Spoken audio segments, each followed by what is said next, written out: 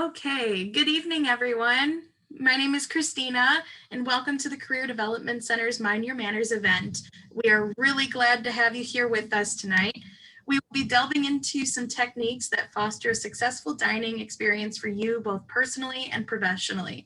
Joining us today is Dr. Nikki Davis, who is a Hospitality, Tourism, and Event Management Program Director here at SIU, Professor of Practice, food writer for the Southern Illinoisan, and founder of Rooted in Foods. We ask that if you have any questions during this event to please drop them in the chat and we will answer them at the end. So without any further ado, let's get started. Take it away, Dr. Davis. Thanks, Christina, and thanks to everybody for joining us tonight. Typically, we are live and in a dining room to do this event with a real place setting in front of everyone and food on the table in front of us too. But with the pandemic, we are virtual, so I am glad that we were able to put something together for you to help teach some basic table manners in a little bit of business etiquette maybe tonight, but make sure you catch us next Tuesday night where we will delve into business and professional etiquette along with some virtual etiquette too that I think everybody probably needs as we're emerging from the virtual world of our pandemic. So as Christina said, I am the program director for the Hospitality, Tourism, and Event Management degree program here on campus. I've been on campus for almost 20 years and have been doing etiquette dinners for SIU Career Development Center, not quite that many years, but I'm probably maybe a decade in at this point. So again, thank you for joining us virtually. I know that with virtual classes and a lot of other virtual Zoom events, it can be a little tiring. So I'm glad that you're all here with us tonight. I wanted to talk a little bit about some of the different places where you might find table setups that might be a little bit different than what you're used to at home. So we'll go through just a handful of photographs that are in business settings, professional settings, and regardless of what major you are in or what area, what field you are in, very good likelihood that at some point in the future and in your career, you will end up at a convention or a conference. And that's the photo that you have in front of you is a large meal function at a trade convention. And at some point you will end up in a setting like this. Now, you also might end up in a setting where you're sitting around a small table in a small dining room in a restaurant with prospective employers sitting across the table from you.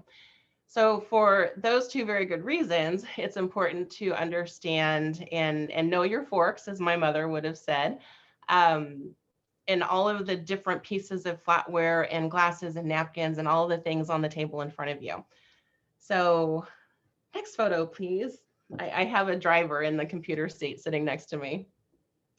So this photo is kind of a typical table setup that you would find at a convention or at a conference or just an awards banquet.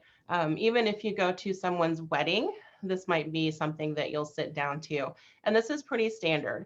What you are missing in front of you is the dinner plate, of course, in this scenario, but you have 2 forks, knife, spoon, coffee cup, and I'm kind of looking to the side here so I can see the photo, water glass, napkin, and this is kind of a standard setup. And this is the setup we're going to work through tonight and talk about a little bit. This is also something that you will see at a convention or a conference situation. And very similar to the previous photo, what you have here that's a little bit different is food already preset on the table.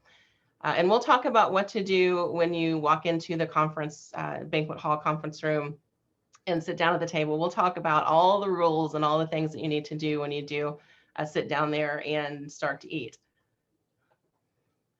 A little bit closer view of what one of those tables will look like. And I love this photo because there's cheesecake sitting there for dessert. And that's always one of my favorite things to see. You can also tell there that you have a spoon that's a little bit longer. And that is a teaspoon. That's not something that we'll talk about much tonight, but kind of put in your memory banks how long that spoon is in comparison to the dinner knife that it's sitting next to. I don't see teaspoons very frequently. Suffice it to say, you will see them sometimes.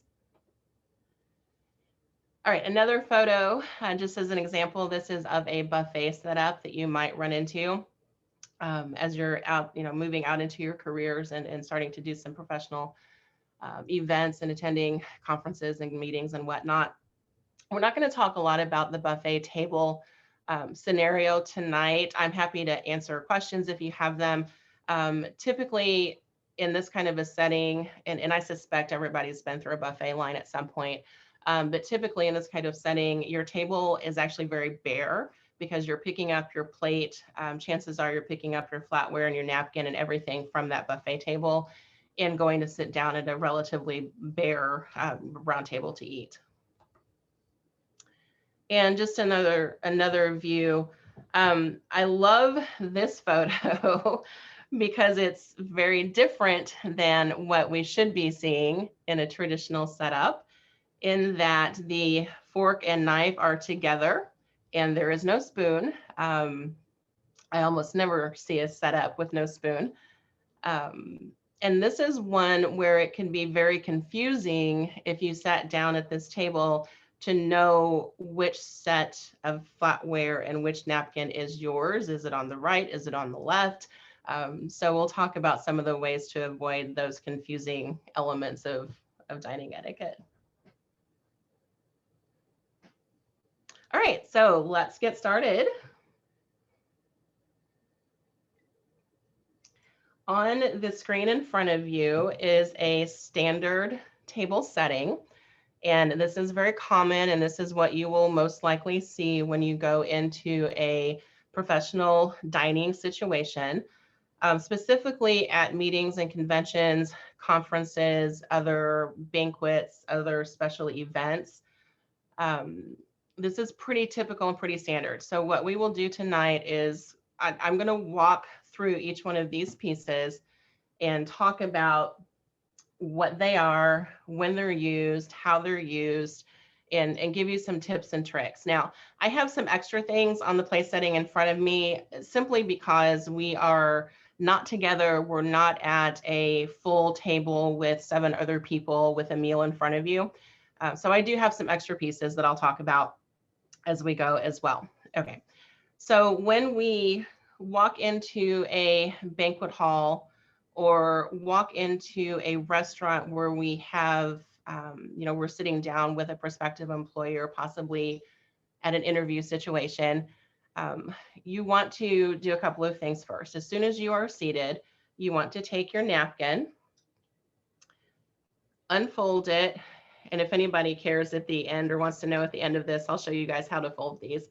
I folded many in my career, but you want to take your napkin, unfold it to about halfway, and immediately set it in your lap, which is not something you guys can see on camera right now. But you want to do that immediately. And there is one simple reason that movement alone signals your wait staff that you are ready to be served. So when you sit down in a restaurant and you make that motion, then the server knows that he or she can come over, in that scenario, take your order and kind of get the meal started. In a banquet situation at a convention, that motion also signals to your server that you are ready to be served the first course. Now, if you've got salad preset in front of you, like in some of the photographs that we saw with that salad there, you can go ahead and start eating as soon as you sit down in that setting, just because people are kind of coming and going at their leisure a little bit in the meeting setting. If you were at a banquet where everybody is entering at the same time, you want to wait until everybody is seated to, oh, sorry. I'm getting hand signals to the right of me here. You want to make sure everybody that is seated around you is served first before you start eating. So a couple of tips there, but your napkin plays a very important role in giving signals to your servers. So once that is in your lap, then you can kind of get the meal started at that point. So I'm going to kind of walk through the different pieces that are on the table in front of me, just so you understand what's what and what's used for which thing. And then again, happy to answer questions about any of this or other questions you might have. Okay, so on the left, we have our forks. And I have in front of me, again, traditional kind of standard place setting, a salad fork and a dinner fork. And when you are served courses in a meal, you will have either soup or salad come out first. Typically in a professional event setting, I see salad. I don't see soup very frequently. Not to say it won't happen, but typically I see salad. So that salad's going to come out first, and it's going to come out on a plate that's a little bit smaller than the dinner plate. So I have a salad plate and a dinner plate. This will either be sitting there or be served to you. And then you have a dinner fork. So the difference between the two, and I hope you guys can see this well enough on camera, salad fork and dinner fork, there's a definite size difference there. The tines, these are the tines of the fork, of the salad fork, are much shorter. And in the flatware that I'm using, the outside tines are actually a little bit thicker. I'm trying to get that close enough for you guys to see. A little bit thicker here and on this side as well. And the reason they are a little bit thicker is to allow you to cut through things like lettuce leaves and cucumbers. It gives it a little bit more weight there. Not all salad forks are created equal, however, so you may not see that. But typically you're going to see a size difference. Now, if you have two forks sitting side by side and they're both the same size, that means that the venue or the caterer is using two dinner forks in lieu of a salad fork and a dinner fork.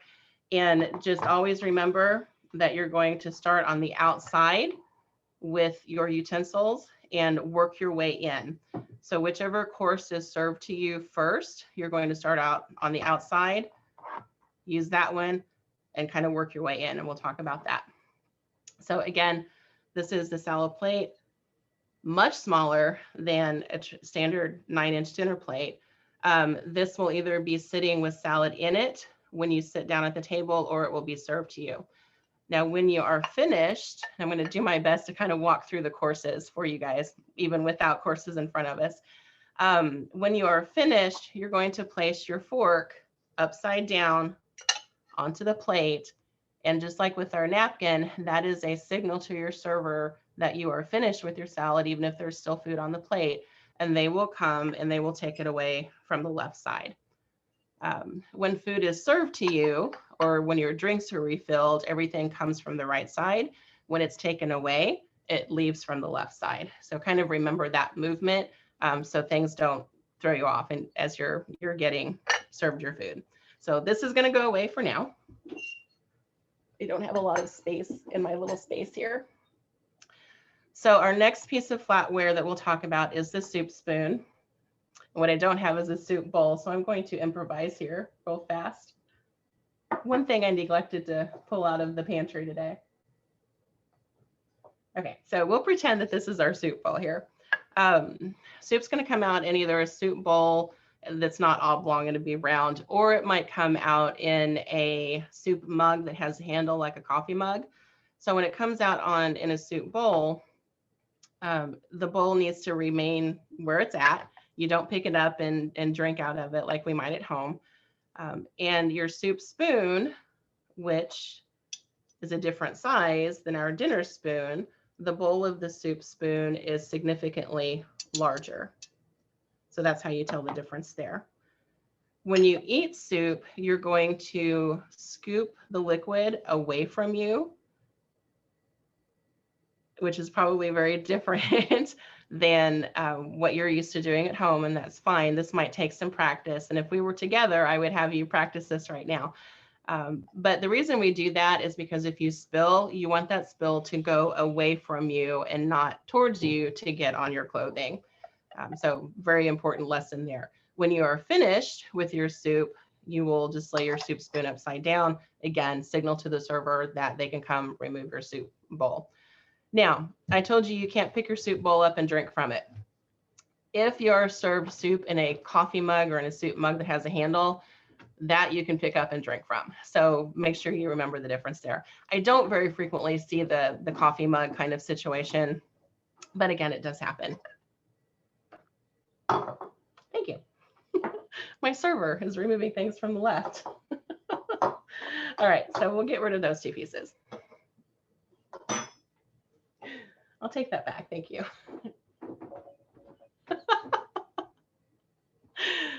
This is the fun of doing virtual etiquette from your living room, from your dining room. Now my server's serving from the right. Thank you. All right, so now in front of me, I have a bread basket. And I have just put one piece of bread in here for this evening to kind of talk you through what happens. The bread basket might be served and it might be sitting on the table in front of you when you sit down. Whoever is closest to the bread basket, if you've got 6 or 8 or 10 people sitting around the table, whoever is closest to the bread basket will be the person to start the bread basket around the table. And what you will do, if you're closest, you will pick that up. You will offer a piece of bread to the person sitting to your right, manners and courtesy. And then you will take a piece if you want it. And if you don't, that's fine. You just kind of keep things moving along. And then you pass it to the person to the left, and it then just goes around the table and finally back to its home. You might also have butter in a little dish or on a plate or something. So this will also get passed, and you will use your butter knife, which is this here. Sorry, I'm reaching. And this is your bread and butter plate. So you will use this a little bit more delicately than what I'm doing to take butter, put it on the edge of your bread and butter plate, and set it down. And then that will move along. You'll have a piece of bread also on your bread and butter plate. And then that bread basket just keeps moving. Now, typically, you're not going to see a French baguette like what I have. This just happened to be what I have in the house tonight. So you'll have a dinner roll here instead. But what you will do, kind of move things around a little bit. When you eat bread, you want to make sure you tear a piece off, and especially if it's French bread, because this is very chewy. You want to tear a bite off.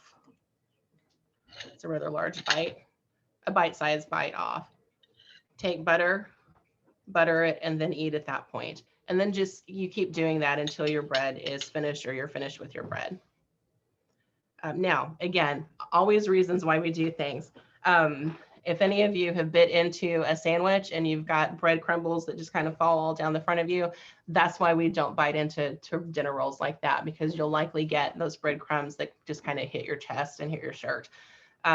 Tearing a piece off kind of over the plate and buttering and taking a bite at a time prevents that mess from happening.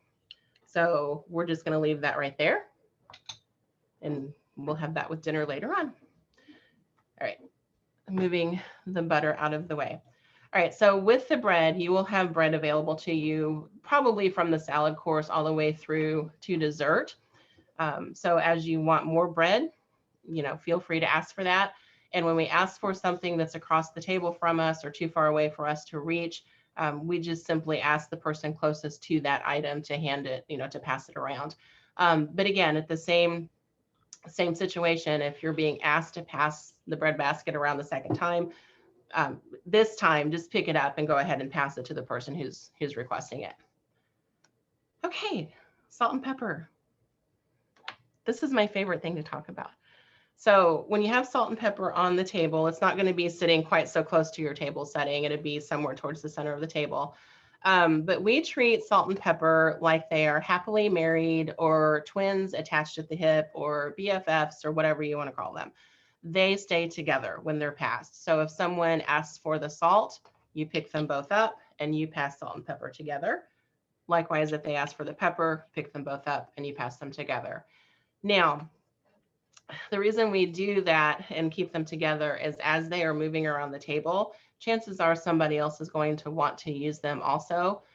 Once they reach the person that has requested them, they'll be sent back around the table, or should be sent back around the table, and people will use them as they go around. So we keep them together.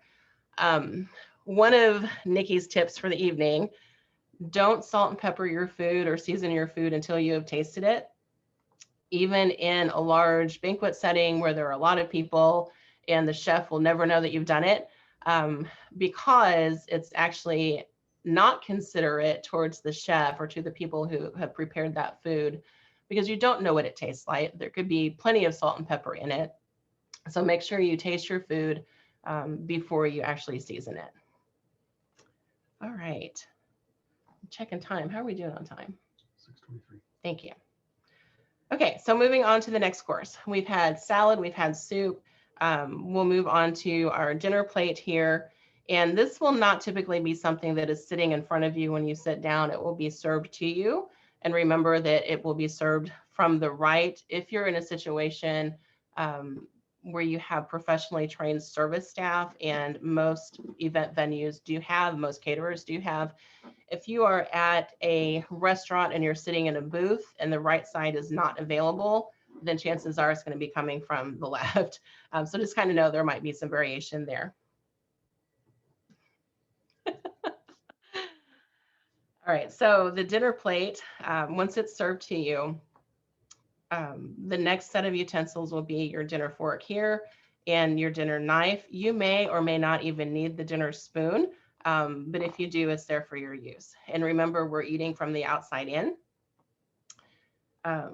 So depending on what's on your plate, you might need to cut things up. So we'll just talk very quickly about how to handle your knife and fork. I am right-handed, so I'm going to show you that first, and then I will attempt to show you left-handed as well, and then what to do when you're finished with your meal. So when you hold your knife and fork, and mind you, if you're right-handed, when you hold your knife and fork, you're going to hold your knife with your finger. Let's see if I can do that so you guys can see it. Your finger where the knife blade meets the handle, and put your finger there. Don't try to hold like this. And this is counterintuitive. If you are a foodie and you cook and you have knife skills in the kitchen, this is very different than those skills. You're going to put your finger down here and hold back on the knife handle a little bit, because that gives you the most control of your knife in this situation. Same thing with your fork. Your forefinger is going to go where the base of the tines meet the base of the handle. And you're going to pierce whatever it is that you're cutting. Chances are it's a piece of meat. And you're going to kind of make this sawing motion back and forth until you cut through your meat. Now, we don't put knife blade into tines because it makes incredibly annoying noise. So we're not going to do that. You want to just make sure that you are kind of up against, and when there's nothing on the plate, it makes noise too, but kind of up against, so you've got control of what you're cutting and the utensils you're using to cut with. Now, left-handed people may use the right hand to cut with, use the knife or not. Either way is fine. If you are right-handed, it is permissible to switch back and use your fork in your right hand, or to keep your fork in your left hand when you're eating meat. Either way is fine, whatever is comfortable for you. When we are not using our knife, it gets set here on kind of the top edge, or maybe here if you've got food of the plate, so it's out of the way. What we never do is put dirty utensils back on the table linens that are underneath our plate, because then you'll transfer whatever is on that knife onto those table linens. And in a venue setting, that venues that do a lot of catering business, the way they launder their linens will probably get out any kind of stain that might end up on those linens. But if you are in fine dining establishments or in someone's home, the likelihood of that happening is pretty slim. So you want to take care to be considerate of people's items. So we're going to put your knife here. With your fork, it is permissible to prop, or to prop there when you're not eating, when you're talking, or to prop right side up when you're talking and to be resting. When you are totally finished, everything goes upside down in the center of the plate. You might also see some people will crisscross things. One way is European, one way is American. Either way is fine. The one thing to always remember is that knife blade needs to be facing down, because when this is removed from your left, it's less likely to slide around. So we will get rid of these two things. This is going to go with it because we didn't need it tonight. And what we have left that we haven't talked about are our glasses. Tonight, for this example, I have just a regular water goblet and a wine glass. Chances are, if you are at a large banquet, you'll have a water goblet like this or something similar, and an iced tea goblet as well. You may or may not have a wine glass. You may or may not have a coffee mug that would be sitting here to the outside of your spoons. So kind of depending on what you have, you'll know what you're being served. Suffice it to say, your wine glasses are always going to be, or your glasses rather, are always going to be on the right side. Everything liquid will be on that side. So your soup spoons, your liquid, your glasses for whatever, your coffee mug, all of your solids, your fork, your bread knife, everything will be on the left side. So you can kind of remember when you sit down, if you get confused, you can kind of remember where things are supposed to be. The other two pieces, and you won't likely see both of these in one setting, but for tonight, I wanted to go ahead and do both. Anything that was sitting at the top of this place setting, then I'm going to reset real fast. These are for dessert. So if you're being served cake or pie or cheesecake or something, you'll have a dessert fork up here. Ice cream, cobbler, mousse, anything like that that requires a spoon, you'll have a spoon. You won't typically have both of these, but anything that's sitting above your plate is for dessert. And if you've got something above the plate when you sit down, you know you're having dessert, and that's always a good thing. So that's kind of the typical standard place setting. The other thing that I kind of put some things back here, just as a reminder, as we're resetting a little bit. Always remember, you're going to start at the very outer edge. So whatever, if you've got salad that comes out first, you start at the very outer edge with your fork. If you have soup that comes out first, you start at the very outer edge with your soup spoon, and then you work your way in. The other thing I want you to notice is that the blade of the knife is always facing in. And if you had a steak knife here, that would also be a good sign. Your steak knife would actually be sitting here on the very inside. That blade is always going to be facing in as well. And that's to prevent somebody from accidentally cutting themselves as they're picking up the knife. And when we pick the knife up, it's already in the proper placement with that blade facing the inside. So that is the table setting in a nutshell. Questions? I think we're good to go for questions.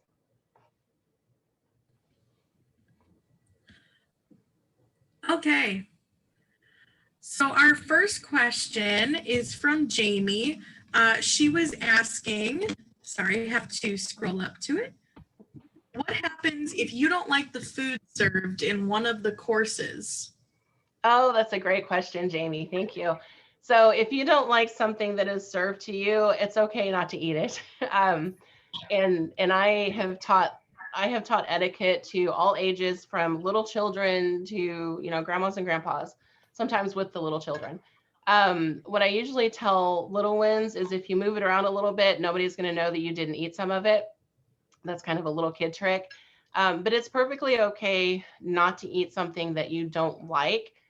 Now, if it's something that you're unfamiliar with, then I would say try it before you decide you don't like it. And then if you don't like it, it's okay. And just simply leave it on the plate. If you don't, you don't need to move it around or touch it or anything.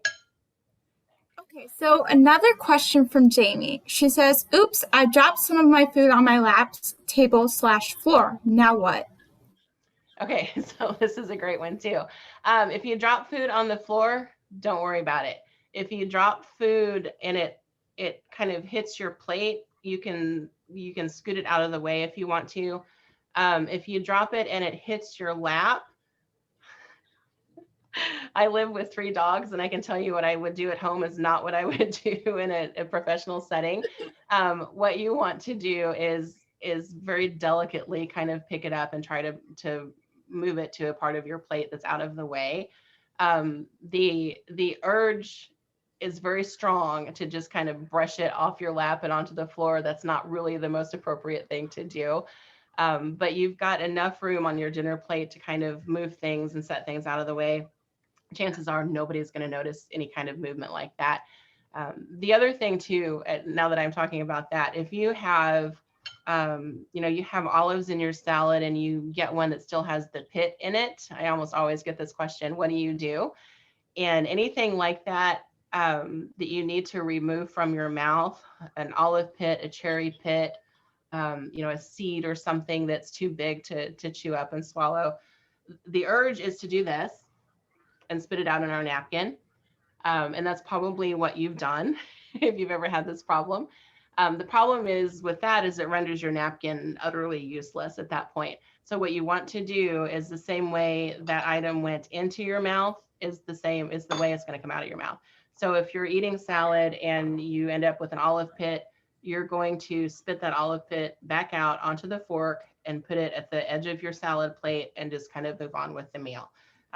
It happens, and everybody hopefully follows the same rules, and no big deal. And chances are nobody's going to notice it anyway, because everybody's kind of in this eating motion anyway. I could tell you guys stories, so many stories. Thank you. Sure. Our next question is, what happens if someone takes your glass thinking it is their glass? So I've actually had that happen a few times. And I will tell you what I did, and I did this for a very specific reason. I sat down at a convention, and usually when you're at conventions or banquets, you've got 8 people around a very large round table, and it can be confusing as to whose glass is whose when you sit down and all you have are a few utensils in your glasses and everything's kind of crunched together. I actually had already started drinking out of my glasses when I sat down, and the funnier part to this story is that it was obvious that I had been drinking out of my glass because it was half empty or half full. The person sat down next to me and started to reach with her left hand for my glasses. And I stopped her. And that's perfectly okay to do. And what I said is, I'm sorry, I've already been drinking out of those glasses. You might, try the glasses to your right. It's okay to correct people in that scenario. Now, if you sit down, kind of halfway through a situation where there's already other people at the table and somebody has started off on the wrong foot already, honestly, it's easier just to offset and keep everything going incorrectly. As much as it pains me to say that, because it will at least keep everybody in the right general direction of who's using what pieces, if that makes sense. Next question from Jamie. What should you do if you need to leave the table to take a phone call or use the bathroom? Oh, great question. Yeah, see, these are all things that I could demonstrate walking around the dining room. So thank you for asking the questions that I'm not remembering to talk about.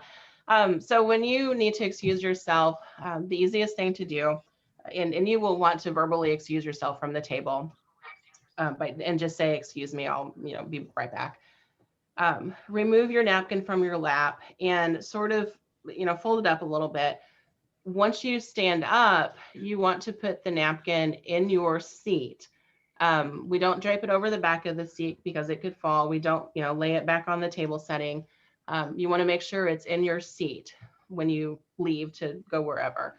Again, signal to the server. If the napkin is in the seat, that means I'm returning to my seat, returning to my meal. Don't touch anything, not done eating. However, when you are done eating, your napkin again will be folded. You're going to place it to the left of your table setting. That's a signal to your server that you are finished with your meal, even if there's something still left on your plate, and they can come remove your plate. So if you make this mistake when you're just excusing yourself to use the restroom or take a phone call or something, you'll likely come back to no meal. So, and I've seen that happen more than once in my career. So make sure if you're just leaving for a moment, napkin goes in your seat. If you're totally done, then napkin goes to the left. Perfect, thank you. Our next question is from Tyler. He was asking, what's the best way to deal with accidentally spilling your drink, whether it spills on you or stays on the linens on the table? Okay, so I have done this a few times. In fact, I did this not too long ago, someplace I was at, because I was trying to keep my daughter from spilling her drink, and I ended up spilling mine instead. It happens, and it happens to everybody at some point. Don't freak out about it. That's the first thing I will say. If you knock into it and your drink spills away from you, grab your napkin and try your best to prevent the liquid from spreading. Pick the ice back up, put ice back in your glass if that's the case. And chances are your server is going to be paying enough attention that he or she will see that happen. They'll bring you a new glass, they'll bring you fresh linens, a fresh napkin, and clean the mess up. If you spill and it goes onto you, you're going to kind of be doing the same thing. And unfortunately, you may be sitting there with, wet clothes for a little while until things dry off. If you spill and it goes into your dinner plate, again, your server will probably see it happen. If not, call for your server. They'll remove your plate and bring you a fresh one. That's kind of standard. And again, if you spill and everything kind of hits the floor, again, call for your server if they don't see it happen. And they'll actually come clean things up for you if it hits the floor. All of that to say, don't worry about it if it happens, because it may, and it probably will at some point to every one of us. Let your servers do their job. That's what they're there for. Also, if you drop your napkin on the floor, leave it there. If you drop a fork or a spoon or something on the floor, leave it there. Your server, if they don't see it, signal your server. Get you linens and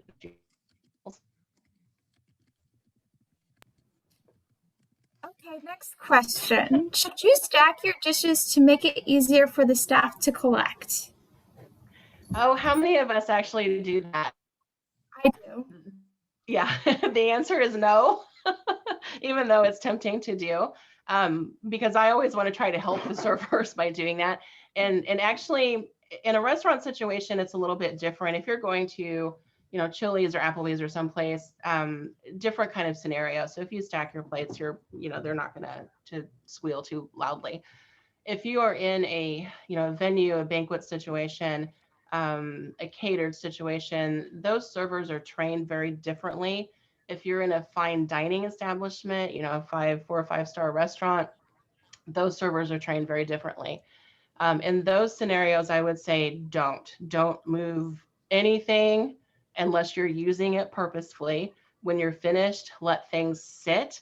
And the reason for that is because there's a very definitive system in the kitchen.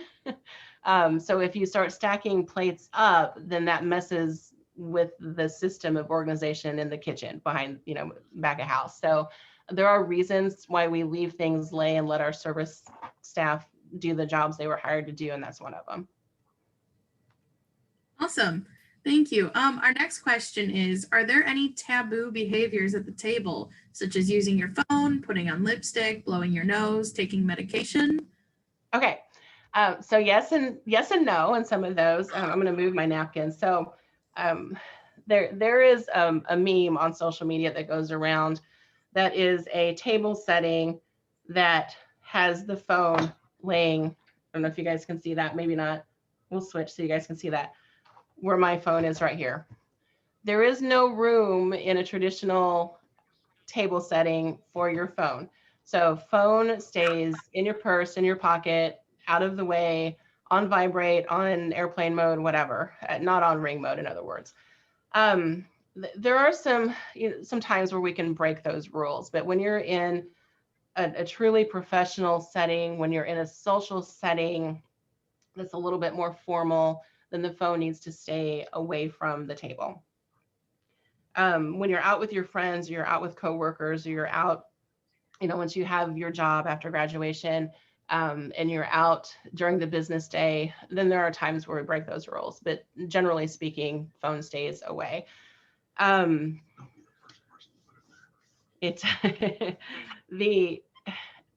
me out. I got stuck on the phone. What were the other three?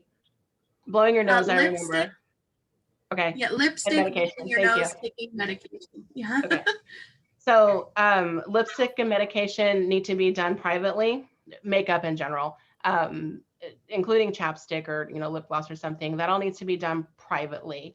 So if you need to take medication with your meal, either do it before you enter the dining room if you can, or excuse yourself and visit the restroom to do that. And that's just a keep private things private scenario. Same thing with makeup. Don't, whip out your compact, ladies, and reapply the lipstick there. Plenty of women do that. Not something we want to do in a professional setting.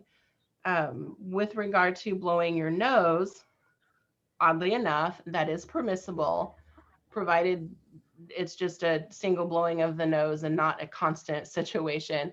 But if you eat something spicy and your nose starts to run a little bit because of the spice in the food or something of that nature, if you have a handkerchief or Kleenexes in your purse or pocket, it is permissible to move away from the food and blow your nose.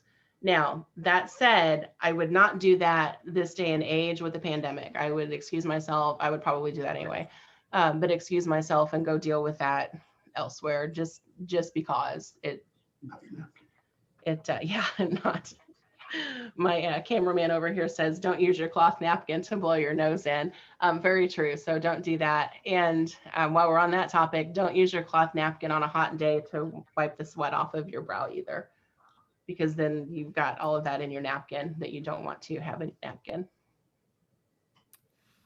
Awesome. One of the last questions we have is from Stephen Wright. How would you address someone who is trying to sample your dessert? Also, how would I go about sneezing while eating? Which sounds kind of painful. It's well, you know what? I think we've all been there too, and sometimes what we eat or too much pepper might cause us to sneeze. The same thing we learned in grade school about using the inside of your elbow to, sneeze. So you turn away and you sneeze. Do that. Allergy season, chances are that's going to happen. And that's okay. Just turn away from your food, sneeze into your elbow. Try not to do one of these numbers and sneeze into your napkin, because again, you render it useless at that point. Try not to sneeze into your hands. So kind of general rule of thumb is your elbow.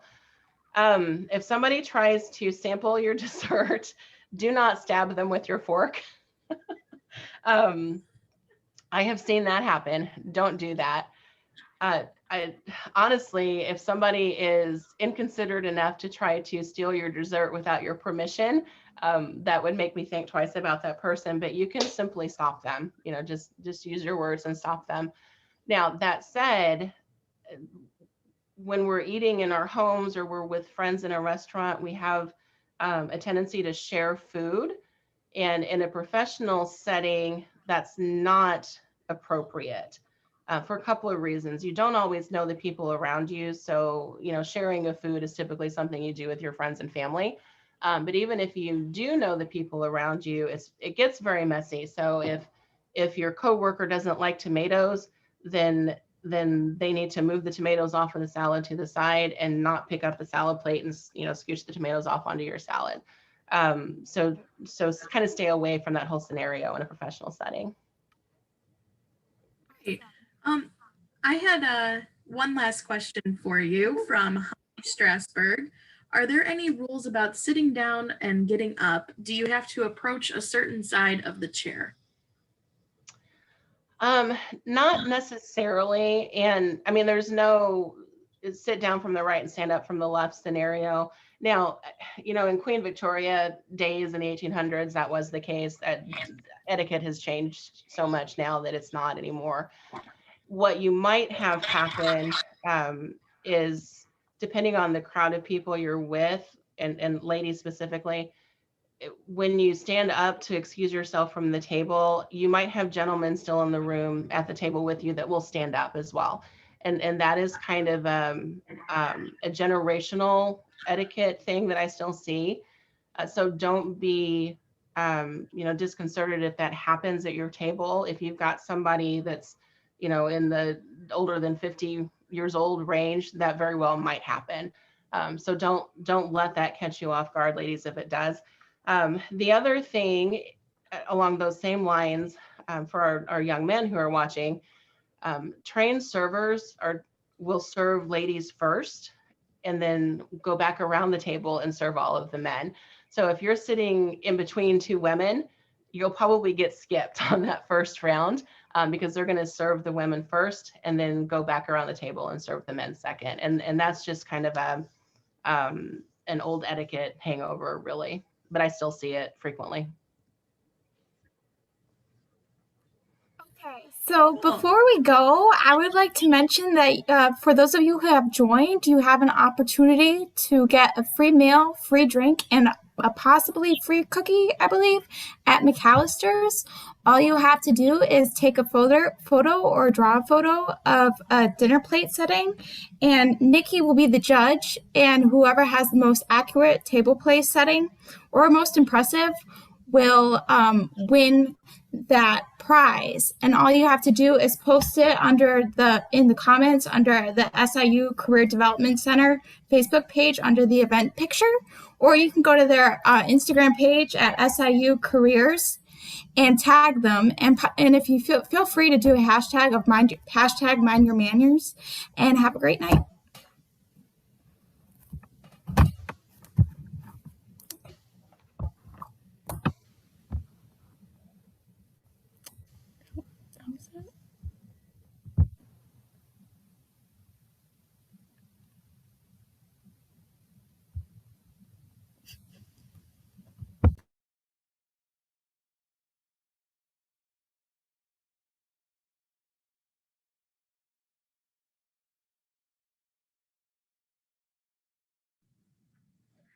And then there were 4.